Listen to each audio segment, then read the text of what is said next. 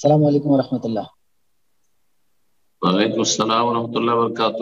জোরে বলতে হবে, সালাম তো নাই শোনা যাচ্ছে কিন্তু মাসলা শোনা যাবে কাছে করে। জি, সাইক সাইক রাজশাহী থেকে বলছিলাম।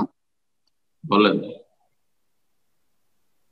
প্রশ্ন হচ্ছে, কুরবানির গোশত যেটা তিন ভাগ করে, এক ভাগ নিজে খায়, এক ভাগ আত্মীয় স্বজনদের মধ্যে বিলি করে, আর এক ভাগ জামাতে দিয়ে এসে আবার সেটা মাথা পিছু ভাগ করে নেয়, এ বিষয়ে মানে সহিটা আবার কি? ঘরে ফিরে আসে, আবার ওই তৃতীয় ভাগ সমাজের ভাগটা ঘরে ফিরে আসে, ঠিক না? জি জি। হ্যাঁ হ্যাঁ, এর কোনো দলিল নাই, ভিত্তিহীন এটা। এটা আমাদের সমাজের হচ্ছে ওই যে সর্দার মন্ডলের যে জামাত আছে, ওই জামাতটাকে ধরে রাখা, বলছে যে একটা বহিঃপ্রকাশ জামাত। জি, এগুলো কুসংস্কার বলা যেতে পারে, এগুলোকে উঠিয়ে দেওয়া উচিত। হ্যাঁ, তিন ভাগ করা যেতে পারে, জরুরি নয়। সুন্নাত নয় যে একদম সুন্নত তিন ভাগ করতে হবে সমান সমান, এটাও সুন্নত নয়।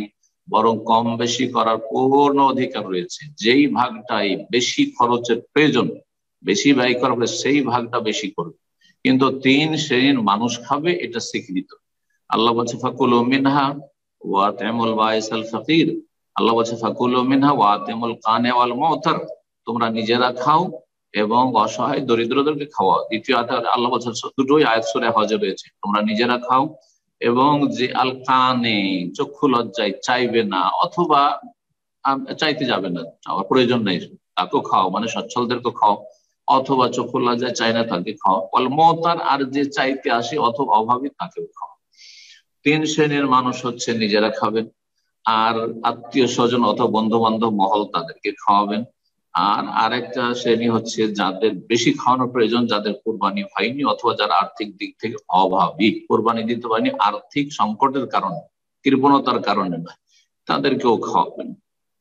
যেখানে যতটা বেশি প্রয়োজন সে অনুযায়ী খরচ করবেন।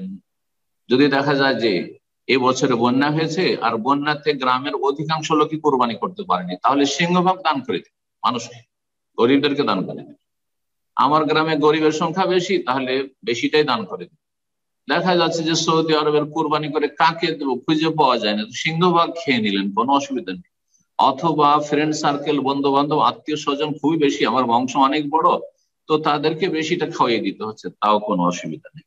জি, কিন্তু তিন ভাগ করতে হবে যেমনটা বললাম, মনে রাখবেন যে সেটা নবী সাল্লাল্লাহু আলাইহি ওয়াসাল্লাম সাহাবায়ে কেরামদের সুন্নাত না যে তিন ভাগ সব করতে হবে।